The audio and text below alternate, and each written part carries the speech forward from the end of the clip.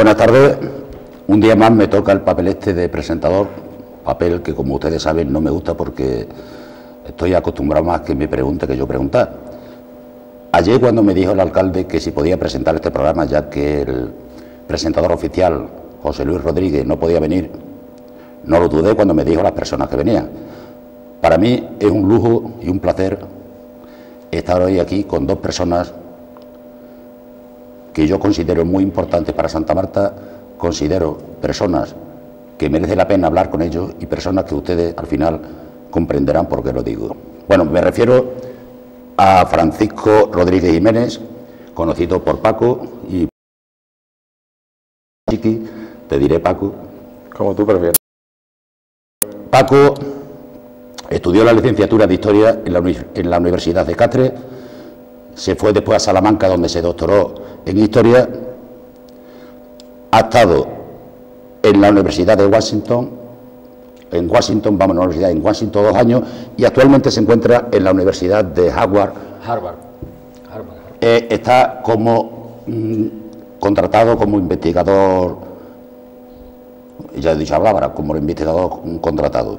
Manolo, pintor utrero, también lo conocen ustedes, nació en una época en la cual no era tan fácil estudiar, pero sin embargo ha demostrado, y eso tampoco hace falta decirlo porque todo el mundo lo conoce, ha demostrado que es un gran profesional de su trabajo, de la hostelería, y además es una de las personas, se sabe también por experiencia, que es una de las personas que más cultura tiene en Santa Marta. Le gusta mucho la lectura y es una persona que se puede hablar cualquier tema con él, porque seguro que él responderá y nos informará de muchas cosas. Bueno, el tema de hoy, la entrevista de hoy, como me dijo antes Paco, va a ser la presentación del libro. El próximo día 13 de abril se presentará en la Universidad Popular el libro Sueños rotos, escrito por, bueno, aparte hay otro que después hablaremos de él, escrito por Manuel el pintor, Paco Rodríguez, y nos gustaría que nos contestaran algunas preguntas para que ustedes, cuando vayan a la presentación, ya vayan más o menos informados, aunque creo que no van a decir todo lo que tienen, porque para eso estará la presentación. Bueno, la primera pregunta que me gustaría hacer es: ¿cómo surgió la idea de hacer este libro? Bueno, pues la idea de hacer el libro es un proyecto que viene de muchos años atrás. Estuvo un poco, digamos, finales de los años 70, yo empecé un poco, junto con Juan Manuel, empezamos a hacer entrevistas a personas mayores, y luego ya, pues, bueno, las cosas van pasando, y ya hace unos 7 u 8 años fue cuando contactamos Paco y yo, y poco a poco fue cuando ya decidimos ponernos tareas y llevar a cabo el desarrollo del libro. Ahora tú, Paco, si quieres. No, añadir solamente que efectivamente fue Manolo el que tuvo la idea inicial de contactar con una serie de testimonios de gente que había vivido la guerra civil en primera persona, o gente que había luchado en el frente. Después, ya en los años 2000, 2002, 2003, en una charla que tenemos, surge la idea de, bueno, ¿por qué no profundizar en ese tema de manera más seria, rigurosa y académica? Tú lo acabas de decir ahora mismo, ¿no? Escribir un libro no es una tontería, es decir, que escribir un libro, por ejemplo, el libro que vosotros habéis escrito, no se hace en una semana ni un mes. ¿Cuánto tiempo habéis tardado en terminar o concluir? No es terminar, porque este libro no está todavía terminado. Después hablaremos que tenéis nuevos proyectos después todavía. ¿Cuánto tiempo habéis tardado en hacer el libro este que se va a publicar ahora? Bueno, pues la dedicación, más o menos, bueno, cada uno tiene aparte otras cosas, ¿no? Entonces, pues claro, no es dedicación exclusiva, pero vamos, de todas maneras, claro, para visitar todos los archivos y todas las hemerotecas, recopilar los datos, juntarlos y luego escribir, pues me fijo desde hace 4 años. 4 años el tiempo, desde 2009. Enero de 2009 nos sentamos una tarde fría de invierno y ahí trazamos, digamos, las líneas maestras del libro. Líneas maestras me refiero a cuáles son los archivos que vamos a trabajar, fuentes hemerográficas, después los testimonios. De lo que se trata, en definitiva, es de mezclar la información procedente de diferentes vías. ¿Por qué? Un ejemplo práctico. Si en las actas que tenemos acceso del ayuntamiento se dice de un suceso, pero hay divergencias o hay diferentes opiniones, pues por ejemplo lo contrastamos con lo que dice el periódico en ese momento y a su vez lo contrastamos con lo que dice el testimonio. De ese modo, mezclando el mayor número posible de fuentes, tienes un producto final más acercado a la verdad histórica, aunque es evidente que es difícil la perfección total en cuanto a lo sucedido, pero lo que pretende cualquier historiador es llegar a lo más cerca posible a esa verdad o a ese acontecimiento. Digamos que tú tienes un puzzle y vas pegando las piezas, ¿no? Lo que es la historia es un cuento. Muchas veces yo a los niños cuando estaba en segunda etapa decía que era un cuento, que no había que estudiar la historia de una forma memorística, sino, como dices tú, unir un puzzle es una especie de historia donde hay unos personajes que tienes que relacionarlos unos con otros y vas haciendo como si fuera un cuento. Es una forma de estudiar la historia, ¿no? Exactamente. Bueno, hemos hablado de que el libro arranca desde... Sí. Nosotros empezamos pues viendo las diferentes actas y tal de plenos y de eso, pues empezamos en el año 28-29 para hacer un avance de lo que fue después, porque está centrado en la época de la República, ¿no? Entonces empezamos con el año 28 y 29 haciendo una contextualización histórica. Y luego ya el arranque en sí del libro pues es más o menos pues a la programación de la República. Y el final, te lo diga Paco, como... Bueno, el inicio es como ha dicho ya Manolo y el final pues concluye con los últimos fusilamientos de represaliados y con una reflexión final que evidentemente no queremos desvelar ahora para que quede en el gusto del lector. Muy bien. A mí lo que me ha impresionado, me ha resultado curioso el nombre que habéis leído para este hijo vuestro, vamos a decirle vuestro hijo, el libro, Sueños rotos. ¿Por qué este nombre? Es una pregunta muy buena, a pesar de que digas al principio que no eres buen entrevistador, es una pregunta muy acertada, pero me temo que no podemos responder en su totalidad porque queremos mantener un poco el misterio para que en la presentación podamos contar algunas cosas y también sobre todo para que el propio lector entienda y comprenda por qué el título de Sueños rotos. Una pequeña pincelada es que en un sueño se compone de fragmentos de realidad y fragmentos de irrealidad o de cosas que solamente aparecen en tu imaginación pero que pues no van a aparecer en la realidad. Y hasta aquí puedo leer, como diría... Bueno, también habéis dicho antes que para hacer el libro habéis basado en fuentes, por ejemplo, actas, hemerotecas, pero también os habéis basado en documentos orales y personas que habéis entrevistado para que personas que vivieron aquella época o la oyeron porque en aquella época la habían oído de sus padres o de sus abuelos y otras que las vivieron en su propia carne, ¿no? Sí. Y entonces yo lo que me gustaría saber si esas personas que existen, porque yo he visto todavía que en los pueblos existe a veces miedo a hablar, parece que no se ha olvidado todo. Esa gente que vosotros habéis entrevistado, ¿han colaborado con vosotros o han puesto alguna pega? Sí, contesto yo al principio, luego porque como hemos hecho entrevistas los dos, pues ha habido de todo, como en botica, como se dice.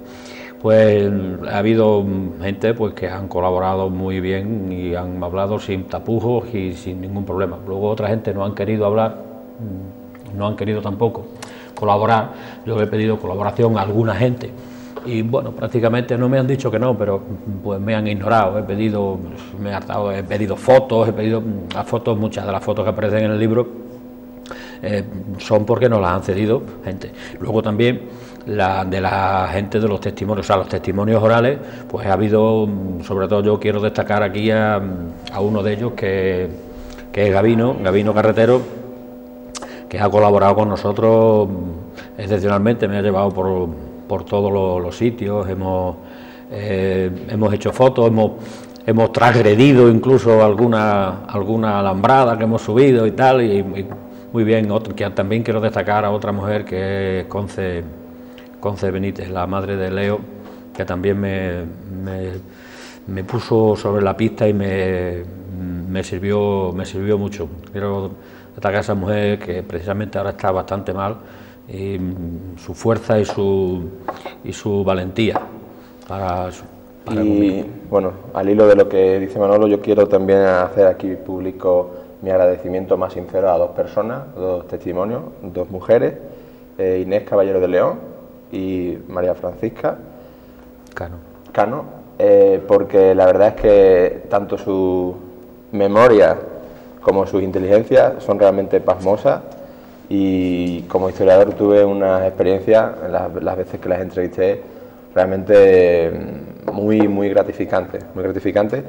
También con la reflexión que aparece en el libro, que desvelo, de que realmente es una pena que mujeres tan valiosas y con tanto conocimiento y con tanta valía no pudieran en su día estudiar por una guerra tan trágica como la que sucedió en España. También quiero, antes de para terminar, un pequeño homenaje, porque hay muchas de las personas, claro, ha transcurrido ya un tiempo, como decimos, hemos tardado 4 años, y también algunas de nuestras fuentes orales, con los testimonios que hemos hablado con ellas, pues lamentablemente han fallecido, ¿sabes? Hay unos cuantos de casos que también colaboraron con nosotros y desgraciadamente no podrán poder verlo. Y aquí nosotros sentíamos esa presión continua de necesitamos acabar el libro, porque yo en el caso mío concreto, como estaba fuera, cada vez que venía eran continuas las preguntas: ¿cuándo voy a acabar eso? ¿Cuándo voy a acabar eso? Teníamos esa presión del tiempo, pero también teníamos una presión muy importante, que es la presión de hacer las cosas bien. Para hacer las cosas bien no se puede correr. Entonces ha sido complicado por esas ganas de que el libro se publicase, por esa presión de la gente, por esos testimonios, como comentaba Manolo, que se han ido muriendo y que no han podido ver el libro, pero bueno, nuestro homenaje y gratitud a todos ellos. Muy bien. Viendo los carteles el otro día, vi que aparte de vosotros dos, de Manolo y Paco, hay otro autor del libro, otro que os ha ayudado o ha colaborado con vosotros en hacer el libro, se llama Sergio Riesco. Aunque no queréis hablar mucho de la presentación, hombre, por lo menos explicarle a la gente que vaya a la presentación quién es este señor, aunque después allí lo diréis, ¿no? Sí, además explico. Sergio Riesco es un profesor de Madrid, un profesor formado en la Universidad Complutense y también ha dado clases en la Carlos III. ¿Por qué Sergio Riesco contribuye al libro? Como decíamos antes, la metáfora de las piezas del puzzle en las que se compone la historia. Es lo mismo. Sergio Riesco es experto en reforma agraria, y la reforma agraria es uno de los pilares del libro y del periodo, por una cuestión sencilla, y es que el campo era fundamental en aquella época, más todavía que ahora para el pueblo.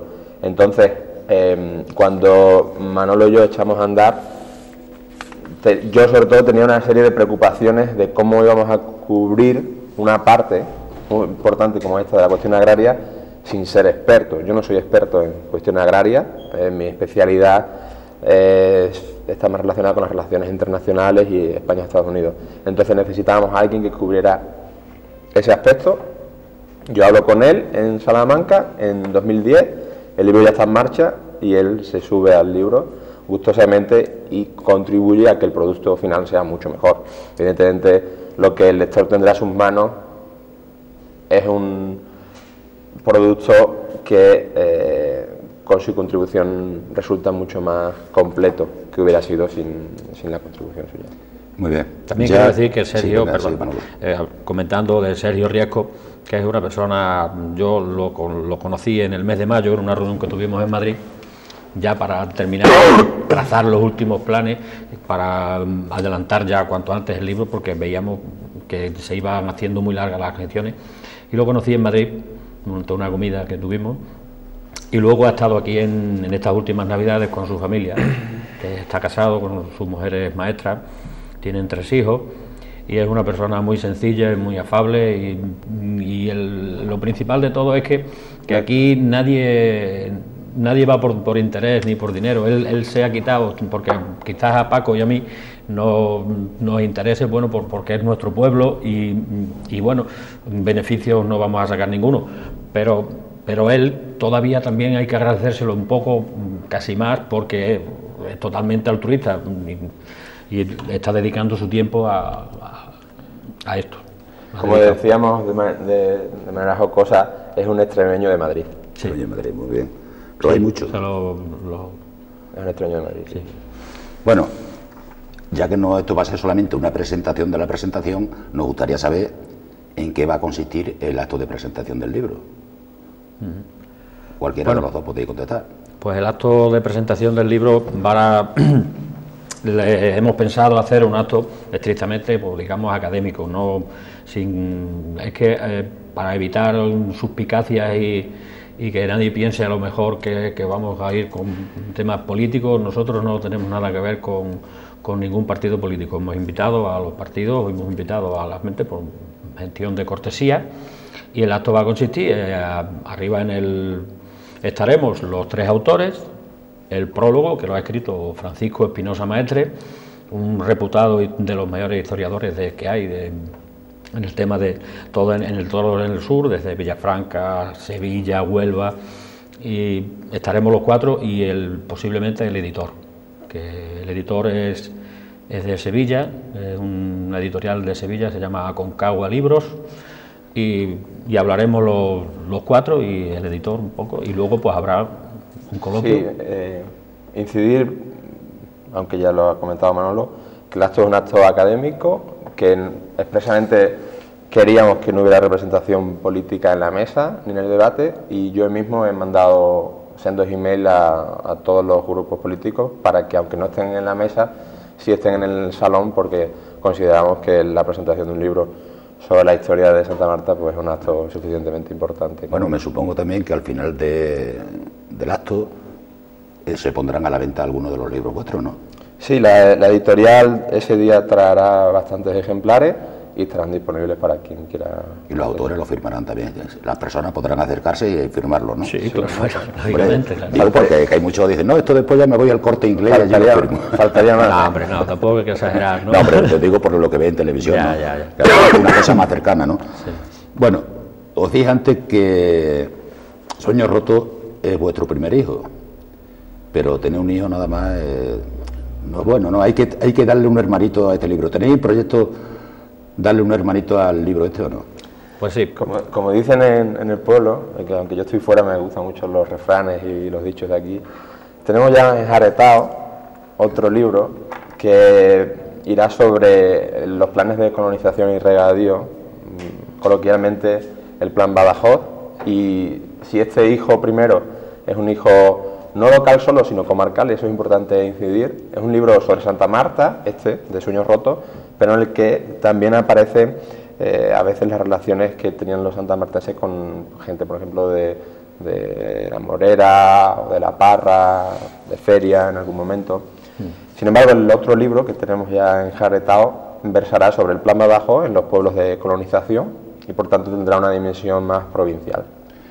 Pero también yo creo que este libro vuestro, Sueños Rotos, puede tener no solamente una repercusión a nivel provincial o regional, yo creo que también puede tener una repercusión a nivel nacional.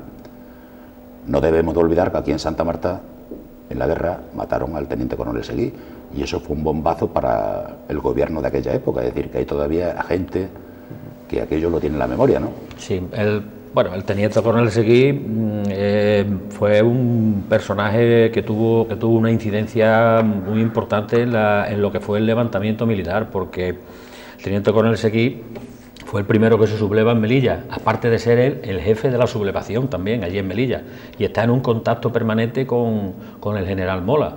De hecho, como el teniente coronel Seguí se acogió a los planes de retirar, se retiró, no quiso seguir en el ejército cuando se proclamó la República, y entonces él, aprovechando su condición de civil, pues visitó al general Mola en varias ocasiones para recibir instrucciones de la sublevación en Melilla. Y luego, pues, claro, al confundirse, ahí fue un fallo que nosotros en el libro lo explicamos, hacemos unas hipótesis de por qué confundió la ruta y vino por aquí en vez de tirar, porque no sabía. Entonces, al matar al teniente coronel Seguí aquí en Santa Marta, se cargaron, como se decía entonces, un pájaro muy gordo. Eso hubiera llegado muy alto en el escalafón. Y puede tener una repercusión no solamente en el mar, sino puede que gente esté interesada a lo mejor en otras partes de España, ¿no? Como autores hay que ser cautos, ¿no?, a la hora de hablar del trabajo de uno mismo, pero evidentemente el propósito es que sea un libro que no solamente tenga impacto local, sino, como decía antes, comarcal y nacional. No solo por lo que ha indicado Manolo de la muerte de este personaje importante, sino también porque es una monografía que, a diferencia de otras monografías publicadas en la zona y en otras zonas, y que todos podemos haber tenido entre nuestras manos, esta es una monografía, la nuestra, que hace un uso de actas y documentos que no han tenido acceso otras monografías. ¿Por qué? Porque, aunque parezca mentira, en este país todavía es difícil investigar, y pongo un ejemplo muy sencillo. El Archivo Histórico de Defensa de Madrid contiene informes y documentación de represaliados que hasta hace muy poco no era posible consultar. Por tanto, nuestro libro es novedoso en ese sentido porque aporta esa documentación y por lo que decíamos antes de que ha combinado fuentes muy diversas. Pudimos ver fuentes del Sindicato Católico y de la Policía Rural. Por cierto, antes que se me olvide, agradecer a Antonio Pablo la disponibilidad para consultar esas fuentes que están en lo que era la antigua cooperativa. Y también pudimos acceder a fuentes del casino, pudimos acceder a las fuentes del ayuntamiento, pudimos acceder a las fuentes de las cofradías. También agradecer a toda la gente que nos permitió ver esa documentación. De tal modo que es un puzzle bastante completo y por eso la pretensión, con la cautela y la modestia, pero la pretensión es que sea una historia que trascienda las fronteras locales y que cualquiera que lea el libro fuera de Extremadura incluso pueda comprender lo que era un pueblo medio de 5.000, 6.000 habitantes y cuáles eran las relaciones entre sus habitantes. Es decir, que no va a ser un libro de estos rollazos que te pones a leer, va a ser un libro ameno, un libro que cualquier, aunque no tenga unos estudios superiores o tenga, puede leerlo y enterarse perfectamente del libro, ¿no? Está hecho en un lenguaje coloquial, ¿no? Sí, hombre, el lenguaje, claro, porque entre otras cosas lo que se pretende no ser una cosa aburrida. Son, por supuesto, lo que tienen mucho pie de página, que los pies de página lo que significa es que los datos son de lo que estás hablando, ¿no? Y hombre, es ameno y ver la lucha que hubo que entre la, sobre todo por la cuestión agraria, claro, era sigue siendo el principal fuente de ingresos de nuestro pueblo, ¿no? Entonces Santa Marta tenía 6.000 habitantes y tenía 13 concejales el ayuntamiento. Con la llegada de la República hubo una gran cantidad de comisiones, la Comisión de Policía Rural, que eso es uno de los que conseguimos librar de la quema cuando se tiraron gran cantidad de papeles. Además ese es uno de los pilares importantes en el que nos hemos basado para poder desarrollar lo de la cuestión agraria. Ahí vienen muchas situaciones en las que le piden a los agricultores que elaboren las tierras, que den trabajo, ¿sabes? Yo lo digo porque, hombre, yo soy un amante de la novela histórica, a mí me encanta la novela histórica, porque yo creo que es una forma de aprender historia divirtiéndote. Tengo que intervenir en ese sentido. Sí. Y se lo dije en este caso a lo mejor estoy tirando piedras contra nuestro propio tejado, pero el libro no es un libro de novela histórica. Es importante quedarlo claro por varias razones. La fundamental es que no es una novela, sino que es un libro, y es un libro académico.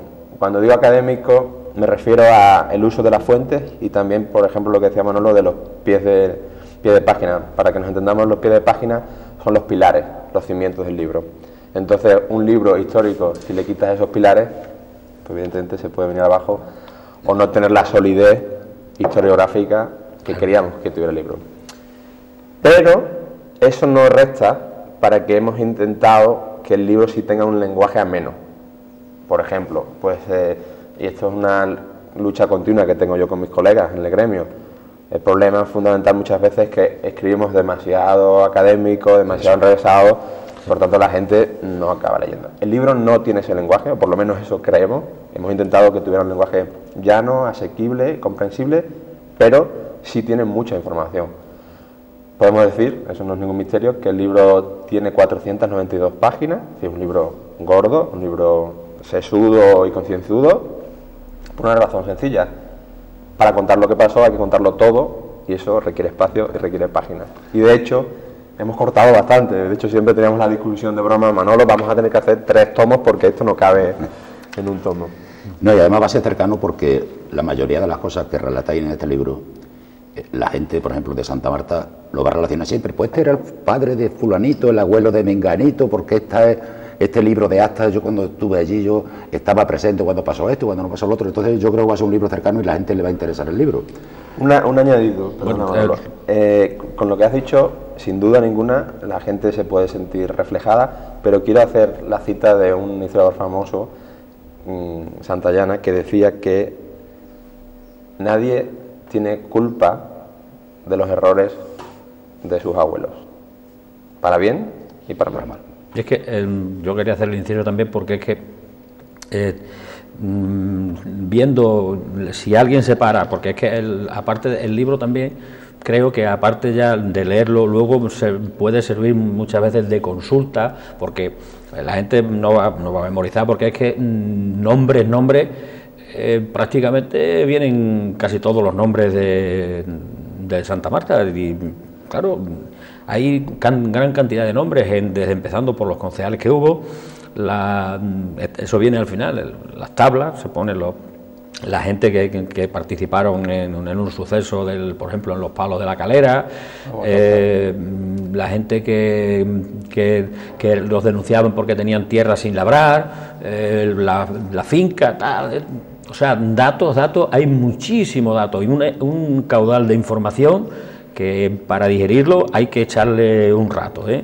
Un rato largo. Bueno, por eso digo que después de tanto trabajo que habéis tenido en la confección del libro... Pero era fundamental hacerlo así. Sí, podríamos haber hecho el libro en lugar de 4 años, 4 o 5 años, en realidad son más porque empezamos documentación de los 2000, ponle 5 años, 6 años, podríamos haberlo hecho en la mitad de tiempo, con la mitad de notas a pie de página, con la mitad de páginas, pero evidentemente el resultado hubiera sido menos serio historiográficamente, y eso no era el objetivo era hacer algo serio. Es complicado hacer un libro de 500 páginas a menos, pero ese es nuestro reto, y que el lector decida. Para concluir más o menos ya, porque sé que tenéis prisa y no queréis extenderos mucho para no estropear la presentación, ¿podéis contar alguna anécdota que hayáis tenido en la confección del libro? Bueno, en entrevista o en buscar algún sitio, un documento, alguna anécdota. Bueno, anécdotas hay algunas que otras, ¿no? Por ahí vas a los archivos o andando por ahí con Gabino, que fuimos a ver dónde fue, porque la gente sabe, pero al final no sabe. Cuando estamos ya terminando para escribir el libro, estamos con la represión. Entonces estamos cuando uno de los sucesos que hubo aquí, que tuvo más repercusión, que fue cuando la muerte de García y de Peseta, de José Sanabria, que se le dio en Peseta. Entonces yo le pregunté a Gabino Carretero si sabía, y me dijo que sí, si sabía dónde había sido ese suceso. Eso fue en la finca de los Antiscales. Y entonces le dije, bueno, pues a ver cuándo vamos a ver dónde es. Yo sé dónde es, yo te llevo. Hasta que nos fuimos con el coche y tal, claro, y llegamos, porque él está en la carretera de Zafra, y para subir, para pasar a la finca hay unas alambras y tal, y me sorprendió, digo, Gabino, ¿y aquí qué hacemos ahora? Y dice, pues ¿qué vamos a hacer? Pues subirnos por la alambrada, nos subimos por la alambrada y entramos y tal. Y este hombre, que tiene muy cerca de 90 años, nació en 1928, pues me sorprendió totalmente y subió la alambrada, y luego al bajar, digo, pues le hice unas fotos en una zahurda, una antigua abandonada donde los mataron a estos hombres, y al volver, digo, pues yo tengo que hacerle una foto a este saltando la alambrada, y le hice una foto y se la regalé luego, el Gabino, muy ameno. ¿Tú tienes algo que contar, no? ¿Alguna anécdota o prefieres dejarla para el día de la presentación? La dejamos para la presentación. Bueno, pues entonces, antes de despedirme, solamente recordarle Bueno, otra cosa antes de eso, el libro lo podrá comprar la gente el día de la presentación. Después las personas que no vayan o no puedan ir, se pondrá a la venta en Santa Marta. Estará disponible en Santa Marta, en la librería. Tenemos que cerrar ese asunto con la editorial, pero estará disponible. Una pequeña aclaración. Sí, todo lo que quieras. En la Universidad de Harvard, donde estoy ahora, pondrán también un anuncio para darle bastante publicidad y además haremos un resumen en inglés, porque por aquello de que tenga un poquito más de difusión. Muy bien, pues antes de despediros, solamente recordarle a los que están en su casa que el próximo día 13 de abril, a las 8 de la tarde... Sábado. Sí, el sábado, el próximo... Era sábado, sí, vamos el sábado, el 13 de abril. A las 8 de la tarde en la Universidad Popular se presentará el libro Sueños rotos, en el que van a intervenir Francisco Javier Rodríguez, Sergio Riesco, Manuel Pintor, y el prólogo estará a cargo de Francisco Espinosa Mestre. Eso es el libro. El libro. En el acto, pues... Sí, interviene esta gente. El libro es Sueños rotos, ya lo he dicho, que el sueño es precioso también. Nos sirve para esto y para hasta sueños de enamorados y cosas de esas, que muchas veces se sueñan. También los sueños se rompen también. También hubo sueños de enamorados que se rompieron, desgraciadamente. Bueno, pues antes de pedir a Manolo y a Paco, me voy a permitir a ustedes decirle unas palabras, no sobre el libro, porque ya hemos dicho que el libro ya tendrá una repercusión el día de la inauguración. Y también el libro, el interés y la importancia del libro, cada uno se lo pondrá cuando lo termine de leer. Lo que yo quiero decir a la gente que está en casa es que debemos tener presente que este libro es el primer libro de historia que se publica en Santa Marta. Serio, sí, ya, claro, primer libro de historia, es que no se ha publicado ni serio, no, este es el primer libro serio. Es un libro serio, detallado, que debe ser para nosotros una fuente donde nos podamos basar en conocer nuestra historia, no solamente nosotros, sino nuestros descendientes, porque a mí me gusta muchas veces saber cosas de Santa Marta y como eso has tenido que volverte loco para buscar cualquier documentación. Y esto es importante, que tú en tu casa tengas un libro donde tus nietos, tus hijos puedan documentarse sobre algo de nuestra historia, de la historia de Santa Marta. Agradecer a estos señores, a Paco y a Manuel, que hayan dedicado tiempo de su tiempo libre en confeccionar este libro, que nosotros, como he dicho, podamos leerlo tranquilamente en nuestras casas. Y recordar que este libro se basa en un pasado muy triste y penoso, pero muy triste y penoso para los que tocaron vivirlo, no para los que nuestros nietos de eso ya no sabrán nada, pero los que tocaron vivir esta época, le tocó vivir una época muy mala, que es lo que más o menos de la época que trata el libro, pero que también está costando mucho trabajo olvidarla. Y yo creo que no hay que tener miedo de estudiarla ni verla, porque como ha dicho Chiqui antes, nadie tiene la culpa de lo que hicieron sus abuelos ni sus bisabuelos, sea bueno o malo, sino que lo importante es que conozcamos nuestra historia, buena o mala, pero que la tengamos siempre presente. Y gracias a vosotros, perdón, nos habéis dado la oportunidad por lo menos de conocer la historia de nuestro pueblo, un poquito. Por eso os deseo que no solamente se quede un hijo o dos, que tengáis familia numerosa, sí. Familia numerosa, y seguéis, por lo menos tengamos un libro de la historia de Santa Marta. Pues bien. Nada, muchas gracias por estar aquí con nosotros, y a ustedes lo mismo. Pasen ustedes buenas tardes y sobre todo salud. Hasta otro día. Y con esta entrevista nos despedimos hasta